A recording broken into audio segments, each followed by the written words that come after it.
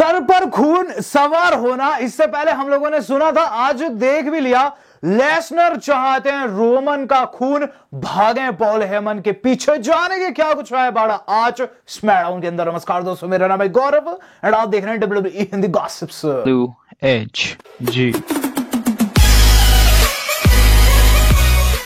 आज की Friday SmackDown हो चुकी खत्म, जो कि मेरे हिसाब से दोस्तों काफी धांसू शो था। आज की फ्राइडे स्मैकडाउन के अंदर दोस्तों जो कुछ हम लोगों ने देखा ना, वो इससे पहले हम लोगों ने कभी नहीं देखा था। हमने देखा कि असलियत में सर पर खून सवार होना क्या होता है, साथ साथ हमने देखी एक तगड़ी ब्रॉल जो कि स्मैकडाउन के अंत में हुए। तो वीडियो को दोस्तों अभी के अभी लाइक कर दीजिएगा। बात कर लेते हैं फ्राइडे स्मैकडाउन की शुरुआत की। तो गाइस, आज की स्मैकडाउन की शुरुआत जिस सेगमेंट के द्वारा हुई थी, उस सेगमेंट का दोस्तों हम सब लोगों को तहे दिल से इंतजार भी था, और ये था दोस्तों द बीस्ट ब्रॉक लेसनर का।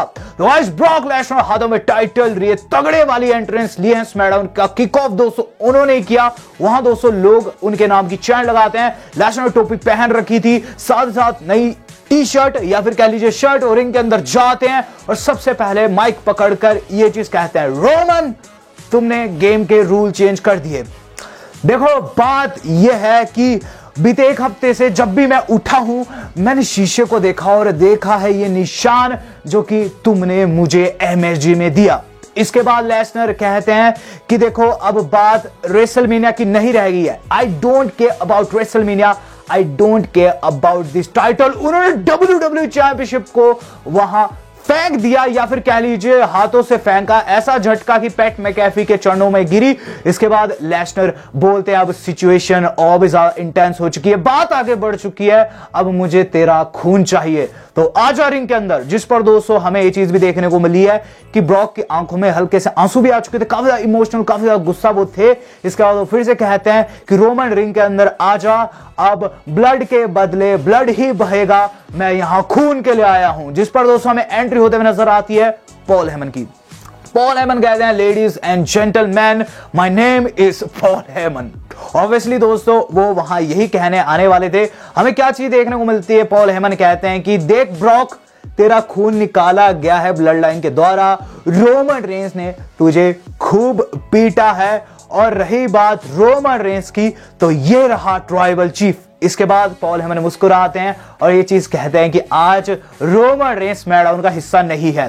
जिस पर हमें चीज देखने को मिलती है, ब्रॉक लेसनर की हंसी छूट जाती है। लेसनर कहते हैं कि बेचारे पॉल, तुझे समझ क्यों नहीं आता, अगर रोमन रेंस नहीं है तो तुझे भला मेरे हाथों से कौन बचाएगा। जिसके बाद दोस्तों वो उनके पीछे भग खड़े होते हैं। हमें चीज देखने को मिलती है, पॉल हेमन बैक स्टेज जाते हैं और गाइस वहां जो एम्प्लॉइज होते हैं, जो गाइस बॉडीगार्ड्स रहते हैं, उन्हें कहते हैं कि उसे रोको।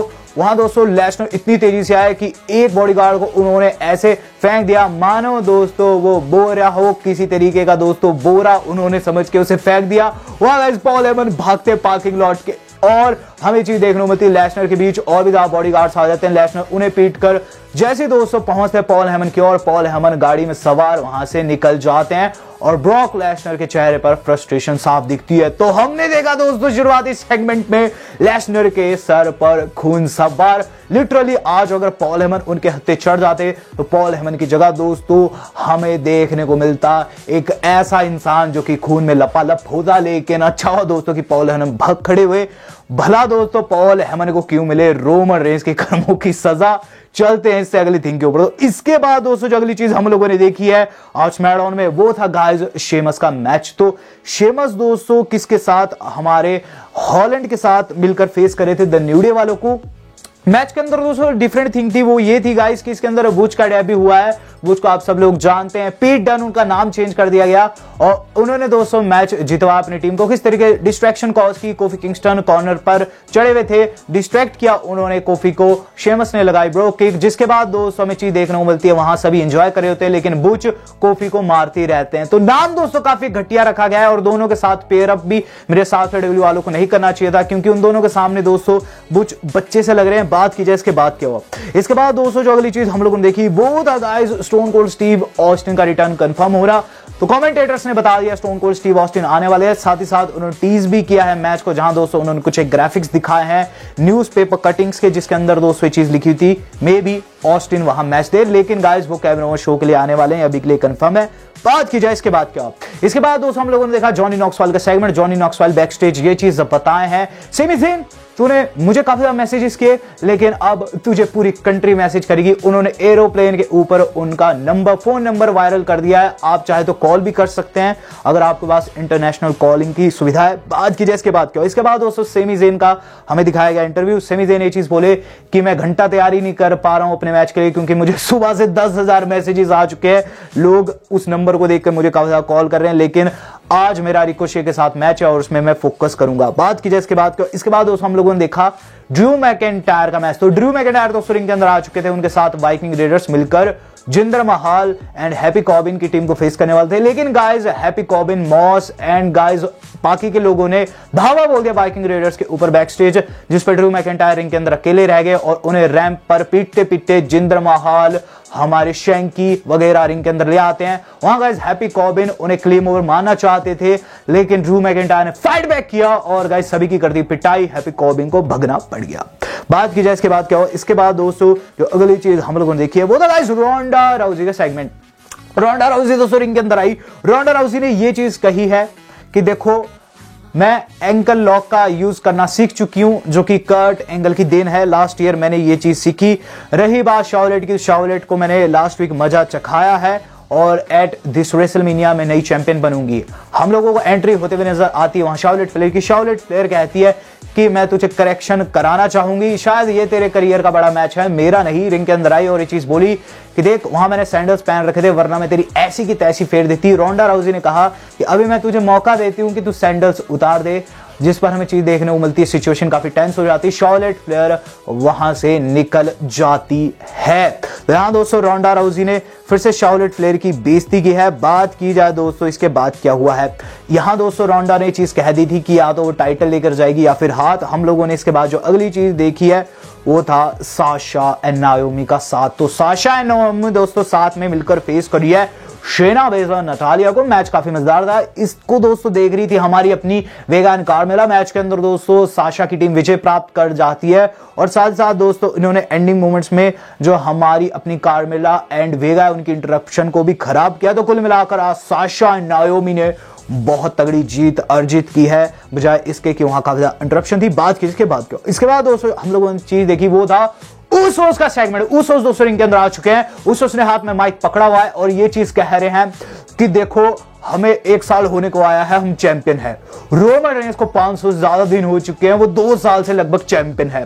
मैनेजमेंट के पास कोई हमारा ओपोनेंट ही नहीं है जिस पर हमें एंट्री होते हुए नजर आती है। शिंसुके नाकामुरा इन बुक्स के टांग में दोस्तों चोट लगी हुई थी, उनके गाइस पट्टी लगी हुई थी। रिंग के अंदर आते हैं जहां ऊसोस जो उनका मजाक उड़ाते हैं, चीज कहते हैं कि तुम दोनों हम दोनों को रेसलमेनिया में फेस करने की बात कर रहे हो, भला ये हो ही नहीं सकता। इस बंदे को देखो जिस पर हमें शिंसुके नाकामुरा चैलेंज पुट करते हुए नजर आते हैं उनके सामने, जिस पर हमें चीज देखने को मिलती है कि जिमी कहते हैं कि अगर मैच लड़ना है तो बुक्स को लड़ाओ, किसके साथ, जे के साथ। अगर ये जीत जाता है तो रेसलमेनिया में मैच पक्का। इसके बाद दोस्तों हमने देखा है बुक्स वर्सेस जे। मैच शुरू हुआ दोस्तों और पहले तो थोड़ा सा बुक्स ने फेक किया, उसके बाद उन्होंने बताया कि उन्हें कोई इंजरी नहीं आ रही थी, पट्टी फेंक थी, पट्टी उतारी, जे का चेहरा देखने वाला। और उसके बाद दोस्तों तगड़ी पिटाई हुई वहां। एंड में चीज देखने को मिली है कि गाइस जो हमारे अपने बुक्स है पंप हैंडल स्लैम लगाकर दोस्तों वहां विजय प्राप्त कर गए हैं। और उसके बाद जो कुछ हुआ उससे भी शॉकिंग था। पीछे से दोस्तों जिमी ने गिटार से हमला बोल दिया बुक्स के पीठ पर, उन्होंने गिटार फोड़ा और वहां से चल दिए। तो गाइस मैच कंफर्म हो चुका है एट दिस रेसलमेनिया। जो ऊसोस है वो डिफेंड करेंगे अपनी चैंपियनशिप अगेंस्ट शिंसुके नाकामुरा इन बुक्स। बात की जाए इसके बाद क्या हुआ, इसके बाद दोस्तों जो अगली चीज हम लोगों ने देखी है वो था गाइस ऑस्टिन थ्योरी का अनाउंसर टेबल के ऊपर ड्रामा।